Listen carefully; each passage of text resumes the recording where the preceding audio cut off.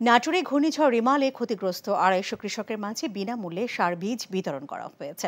কৃষি সম্প্রসারণ অধিদপ্তরের উদ্যোগে সদর উপজেলা পরিষদ প্রাঙ্গণে আনুষ্ঠানিকভাবে 250 জন কৃষকের প্রত্যেককে 5 কেজি করে রোপা আমন ধানের বীজ ও 20 কেজি করে সার বিতরণ করা হয়। অনুষ্ঠানে নাটোরের 2 আসনের সংসদ সদস্য শফিকুল ইসলাম শিমুল সহ উপজেলা নির্বাহী কর্মকর্তা ও কৃষি কর্মকর্তারা উপস্থিত ছিলেন।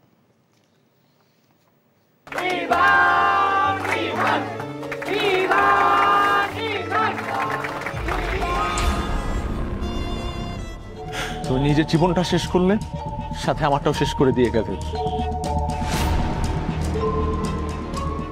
আপনি এই মেয়েটাকে চেনেন না? না।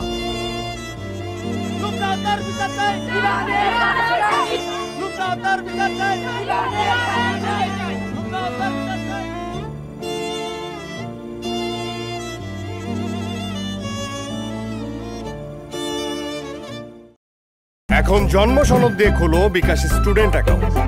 নিজের বিকাশ নিজে কর।